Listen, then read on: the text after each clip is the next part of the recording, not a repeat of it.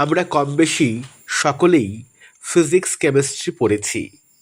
ফিজিক্সের বইতে 10 স্ট্যান্ডার্ডে একটি অধ্যায় ছিল পরমাণুবিদ্যা।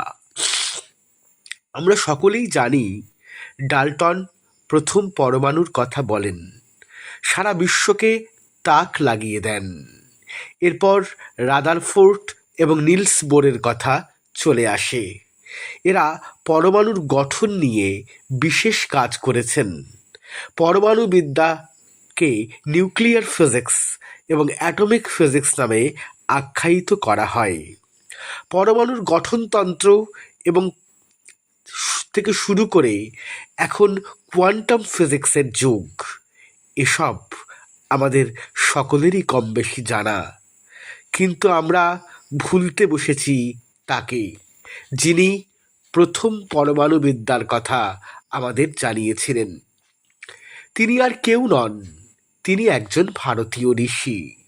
তার নাম কনাদ।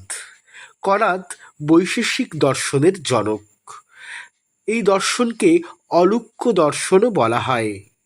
যেহেতু ধানের শীষ থেকে তিনি জীবিকা নির্বাহ করতেন বা উদরান্নের সংস্থান করতেন, তাই তাকে কণাভুকও বলা হতো। এই কণাভুক থেকেই কনাদ কথাটি এসেছে বলে আমরা জানতে পারি।